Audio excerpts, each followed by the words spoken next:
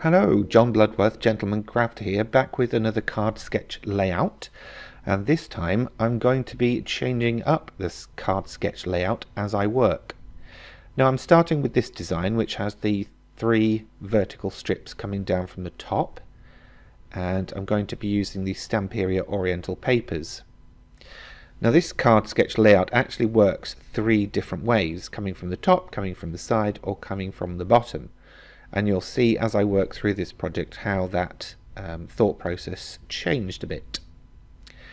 I'm just starting by cropping down some of the layers and bits and pieces that I'm going to stick onto the card using my paper trimmer. And I'm going to be using some old paper distress ink just to add a tiny little bit of colour to the edges so that they're not stark white, and it kind of gives it a look of being aged.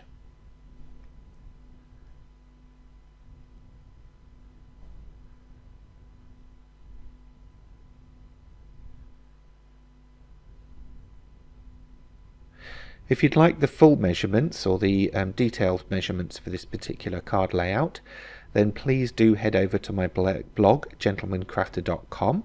I'll leave a link in the video description below. But in general, you can work with whatever widths you want to work with, or whatever layer sizes you want to.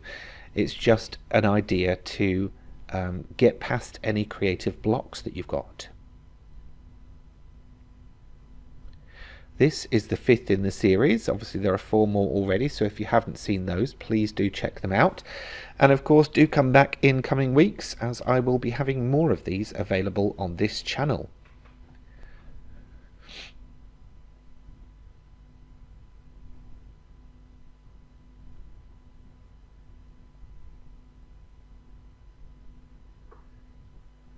Okay, there's my strips. Time to put them on.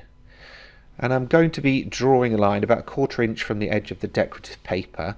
You won't see the line when it's finished, but it's just a way of really making sure that that first one goes on straight, and then I can eyeball the rest from there.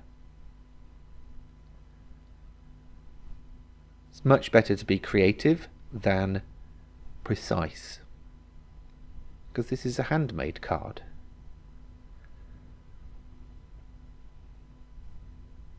What about you? What do you think? Leave a note in the comments below this video and tell me, are you a measurer or are you a creator? Okay, there's my 3 strips, and you can see how I started thinking this would be good as a landscape card rather than a portrait card. I'm just using a gem stencil here just to mark out like a little swirl of dots so that I can see where to put my glue dots using that Pinflair bookbinding glue, and then applying gems on there as a bit of a decorative overlay to the papers.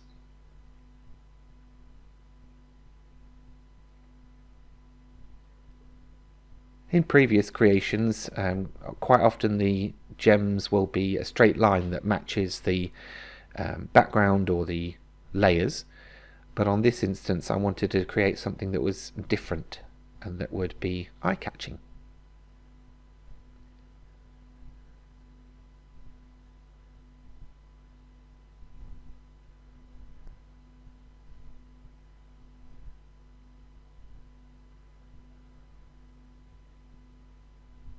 Okay, a little bit of die cutting now. I've got a branch and a bird, as I wanted to be able to use these within this creation, as there's a lot of organic foliage and a few birds and feathers within the designs of the Oriental papers, so I thought it'd be a great opportunity to use these.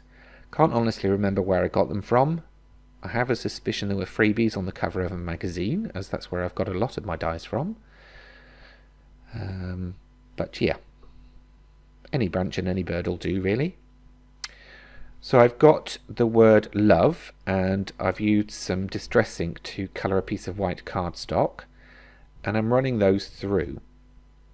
I'm not going to describe this section a bit too much, because actually, as you'll see later in the video, I decide not to use these. The idea of using the ink pads was to tie the colours in with the papers. Maybe I should have chopped this out, but I didn't know whether this would be an idea you wanted to work with. So I ended up using some hickory smoke distress ink just to really brush over and pick out the edges of those letters. Darken them up a little bit.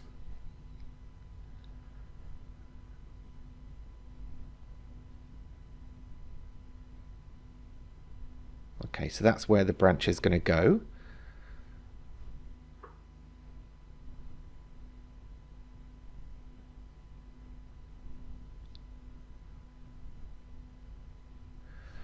At this point, I actually suddenly thought, oh, this works well portrait, but reversed from the card sketch. And that would make the bird perching on the top of the branch a perfect idea. So there you can see I've gone from one sketch to another layout within the course of this video. Now you can see me here trying out these letters, but what I found was they were a bit too similar to the papers and they kind of sank back. So there was my thinking, tapping fingers. So I decided to do like a shadow layered text by using some white cardstock and then some of the coloured cardstock that I'd used for the branch.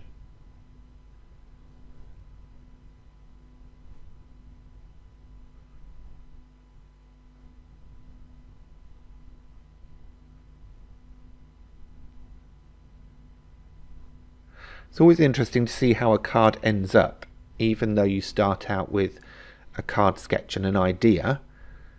Just being able to get past that initial creative block of, well, how do I put the papers down, really starts loosening the rest of your creative flow up. Sounds like I'm constipated, doesn't it? I'm not. You'll be pleased to know.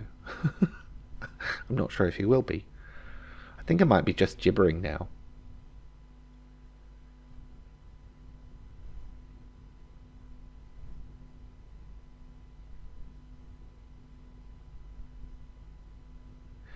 As I was making these, I started thinking, these look like the letters from the polo tube.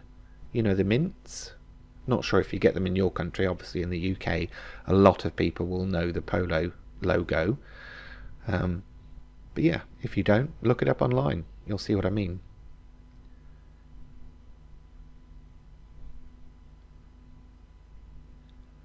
I started positioning these from the right because I was terrified of, if I started from the left, I might run out of space and then it would be a bit of a disaster. So spelling things backwards wasn't particularly hard, as it's only a 4-letter word, but I reckon I got it right. Love.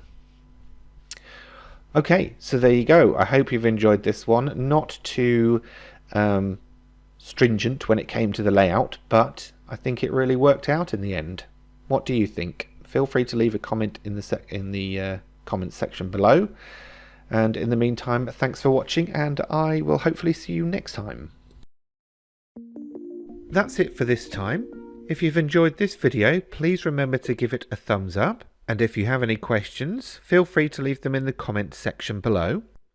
And for more from me in the future, please remember to subscribe to this channel. Thanks for watching.